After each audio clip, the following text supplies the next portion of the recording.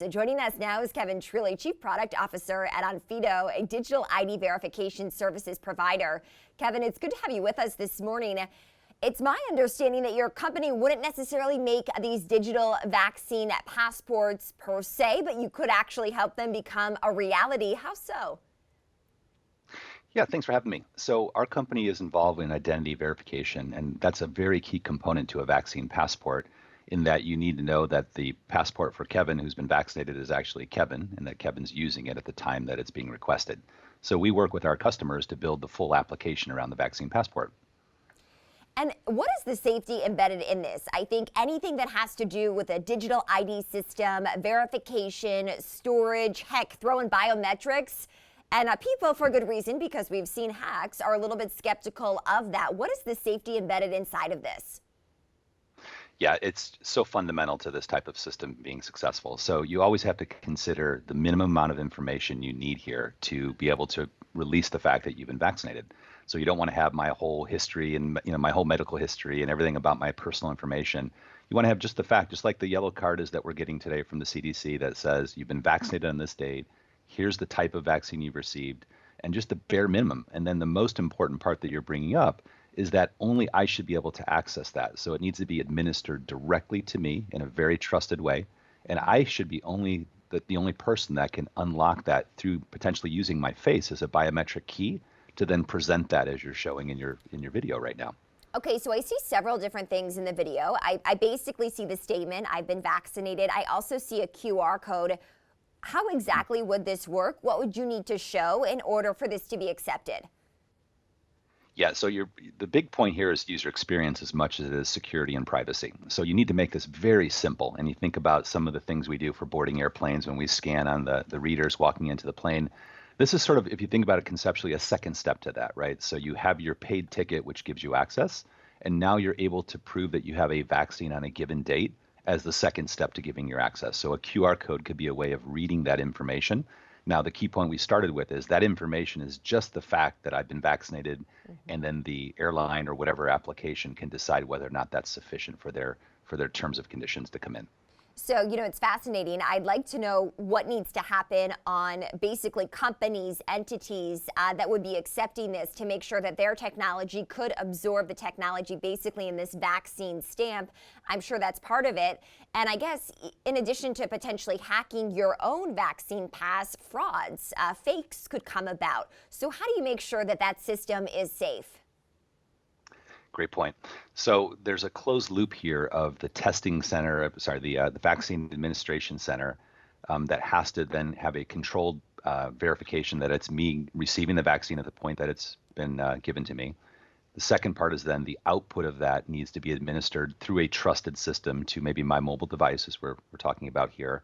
And then the third point is that I need to have access only to that system so nobody can get in there and copy it or reuse it. So all these points you can think of it as an ecosystem that need to be connected together in a very secure way so that there are no vulnerabilities. Nobody can get into my system and take my real vaccine passport, or that someone can just create another fake one and use my information and just get in there. Because again, remember, the threat here is that I'm not protecting myself necessarily. I'm protecting the rest of society from the fact that I did or did not have a vaccine already. So let's say certain companies don't necessarily have the technology to accept or safely scan a QR code. Is there a way to use basically this vaccine stamp to upload the information first to an app per se, but then to other apps as well? I mean, I think about the health app on your iPhone and how it asks you to basically upload as much documentation as you can. Is this an easy system? Do you see it being an easy system where the user will be able to share that information across different portals? Yeah, it's a great point. So I think if you think about a system rolling this out to the scale that we need right now, it's not going to happen overnight. So there's a couple ways we can take advantage of what's already in place. The first would be is just having the paper card sort of captured and, as you described, kind of uploaded into a system. Now, again, those will have a certain degree of integrity to them where other people can make them up or whatever. So knowing that that's not the 100% system, at least you are starting with a digital representation of what you have, and you can now bring it around in your phone versus a paper card. The next level, obviously, is to have that information that was written into the card embedded into the health apps and other things. So you can see layers of this rolling out and bringing more and more trust to the system. So, I think the first question is, right, people are walking around with their cards today, so let's make that easy and very, convert that to a QR code maybe as the first step. Then the second step, obviously, is, please. Go ahead, Kevin. Finish the second step. Yeah, so I would say then the next thing is then that kind of end state where this digital information being loaded in, you don't have the paper card step at all. Okay, so let's walk through a user experience. You get vaccinated, you get your card. Then what app do you download? How do you basically make this come to life? Yeah, that's kind of where we are today, in that there's a number of different sort of pilots and beginning proofs of concept on this. So it's not rolled out in any wide scale right now. So one of our customers, SideHide, is a travel app that now has embedded the functionality to include your testing status in the back of there when you're making a travel reservation. So that's an example of how this will show up in different applications, whether it be travel, buying tickets for concerts or sports, and you would have another component to it, which would say upload your testing status. Then when you use that, you'll get a ticket or something at the end of that process. Then you use that ticket, and it can also then read this additional step that's been uploaded into the application. So that's what I would say is going on now.